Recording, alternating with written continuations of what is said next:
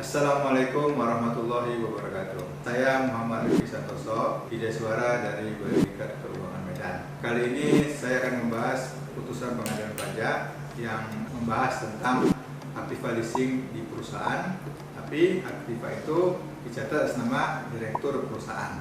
Dasar pembahasan saya ini saya ambil dari putusan pengadilan pajak dengan nomor KUD 11.114.15-PP-M-3-A tahun 2018. Oke, berikutnya adalah skema transaksinya. Pertama kita lihat wajib pajak ini ya. Wajib pajak namanya di sini disebutkan PT BTMU ya. Ini wajib pajak di Indonesia. Ini kebetulan di Surabaya. Dia melakukan perjanjian leasing dengan BRI Finance, gitu ya, berupa perusahaan leasing. Nah, transaksi ini, perjanjian leasing ini antara perusahaan tadi PT BTMU dengan direkturnya bernama Tuan Putra Linggatan. Pada perjanjian leasing ini, pembelian aset berupa alat transportasi itu dicatat atas nama direktur, yaitu Putra Linggatan, bukan atas nama PT BTMU. Kemudian aset ini dibukukan di perusahaan PT BTMU dan digunakan untuk mendapatkan penghasilan, ya, dicatat sebagai aktiva leasing. Nah, di direktur tadi Tuan Putra Lingga dicatat sebagai aset sebagai piutang, ya, piutang kepada perusahaan, gitu ya. Jadi ini aset ini digunakan oleh perusahaan tapi atas nama direktur. Di perusahaan dicatat sebagai aset leasing. Nah, kemudian perusahaan ini mencatat bebannya adalah beban penyusutan, bukan pembayaran angsuran leasing ya, tapi penyusutan aktiva leasing tadi dicatat sebagai pengurangan penghasilan bruto di perusahaan. Nah, inilah yang dilakukan oleh DJP, diperiksa, dikoreksi. Jadi bukan beban penyusutan sebagai pengurangan penghasilan bruto, tapi harusnya angsuran. Nah, disinilah dari sengketa. Menurut DJP dilakukan koreksi positif atas beban penyusutan terhadap 10 aset leasing. Ya, jadi perusahaan itu melakukan perjanjian leasing ternyata dicatat sebagai asetnya hanya 10. Padahal kalau dari fakta yang ditemukan oleh DJP ada 23 aset aktiva leasing, tapi dicatat sebagai aset itu hanya 10. Nah, kemudian ada beban penyusutan itu dikoreksi positif oleh DJP, tidak bisa dianggap sebagai biaya. Nah, aset aktiva leasing penyusutannya nggak bisa sebagai biaya. Kemudian dilihat dari opsi leasing tadi, ada opsi untuk membeli. Jadi ini bukan hanya sewa menyewa biasa, tapi ada hak opsi di akhir perjanjian untuk membeli.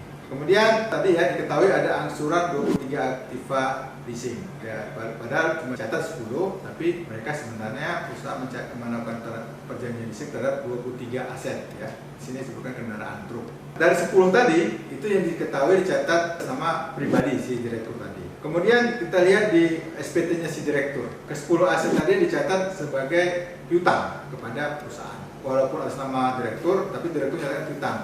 Dan perusahaan mencatat itu aset dia, walaupun itu atas nama direkturnya asetnya. Nah, kemudian menurut wajib pajak, itu aktiva itu digunakan untuk mendapatkan penghasilan kena pajak. Boleh dong sebagai biaya, dan seperti itu.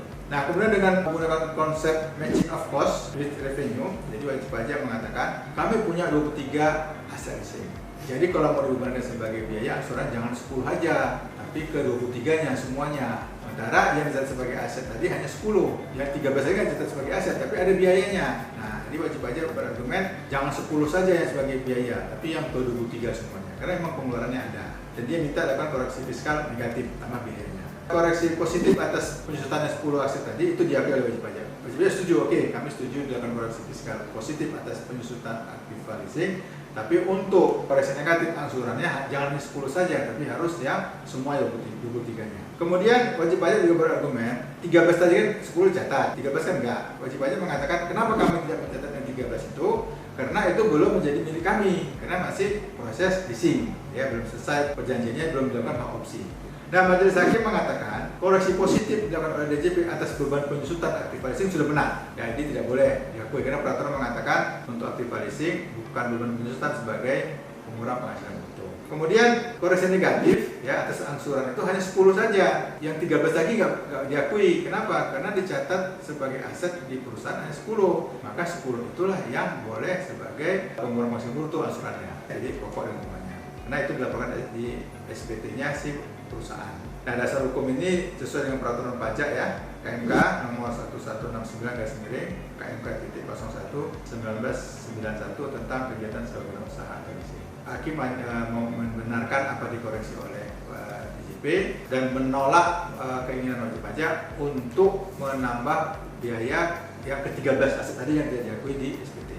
Jadi kita lihat koreksi oleh DJP sudah benar ya, karena aktif leasing itu nggak boleh dibebankan kesulitannya. Benar. Kemudian hanya yang dibebankan sebagai B itu hanya 10 aktif leasing saja sudah benar ya, karena itu diakui sebagai aktiva di perusahaan.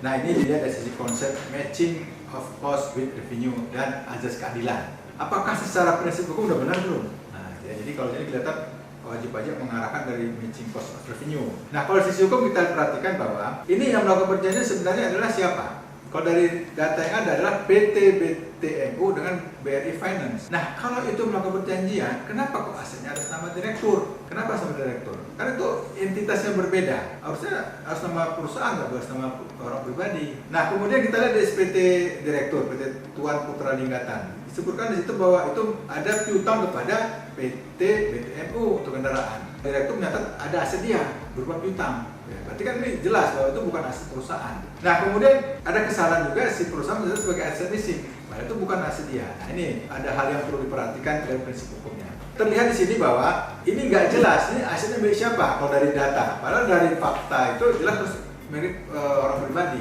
Maka ceritanya akan berbeda. Tapi kalau dari yang dilakukan oleh perusahaan tadi, yang pencatatan dilakukan aset leasing itu jadi kabur, itu aset siapa. Kemudian di sini timbul pertanyaan siapa punya sih sebenarnya. Nah, tadi yang asal direktur kenapa kok jadi oleh perusahaan asetnya.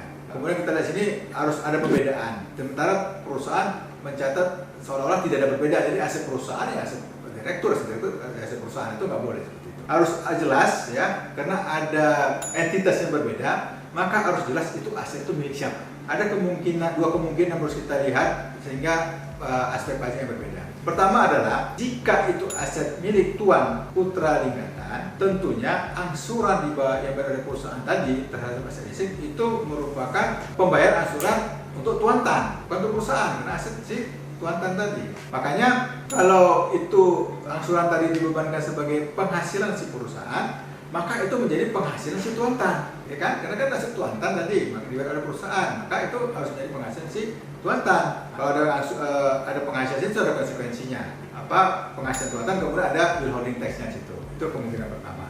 Nah, kemungkinan kedua adalah kalau seandainya itu digunakan seperti utang piutang. Ada utang piutang antara si perusahaan sama direktur. Jadi dia meminjam asetnya sebagai utang. Maka sini seolah-olah seperti meminjam ada bunga. Nah, utang piutang. Ya kan seolah meminjam aset tapi berupa uang. Kenapa? Karena kan ada pembayaran angsuran. Nah, jadi kalau pembayaran angsuran itu berarti ada kompensasi berupa bunga. Ya, jadi waktu bayar nanti ada withholding tax-nya. Withholding tax-nya adalah bunganya. Nah, jadi pilih yang mana silahkan, apakah tadi sewa aset atau seperti utang piutang. Nanti ada withholding tax-nya. Withholding tax sebesar apa? Sebesar bunganya.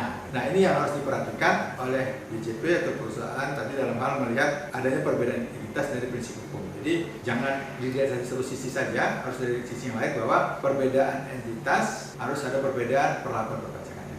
Dari pembahasan kita tadi, maka saya bisa menyimpulkan di sini bahwa kalau kita lihat dari pertama ya, kalau dari keadilan dan cost against revenue tadi, maka itu sudah benar bahwa itu boleh dibebankan sebagai biaya, kemudian harus angsurannya itu sudah benar, adil ya. Jadi ada beban, ada penghasilan. Nah, tapi kalau di sisi kesatuan entitas itu belum ada aspek lain yang perlu diperhatikan. Itu adalah aset harus jelas milik siapa, yang digunakan siapa. Jadi ada konsekuensinya. Kalau status pajaknya itu adalah milik si direktur, maka digunakan oleh perusahaan tentu ada pinjam meminjam atau penggunaan aset. Itu ada kompensasi kepada si direktur yang punya aset. Apakah dia berupa sewa aset atau utang piutang? Karena sebagai utang tadi kan ada seolah seperti pinjam uang. Jadi dua sisi tadi itu kesimpulannya.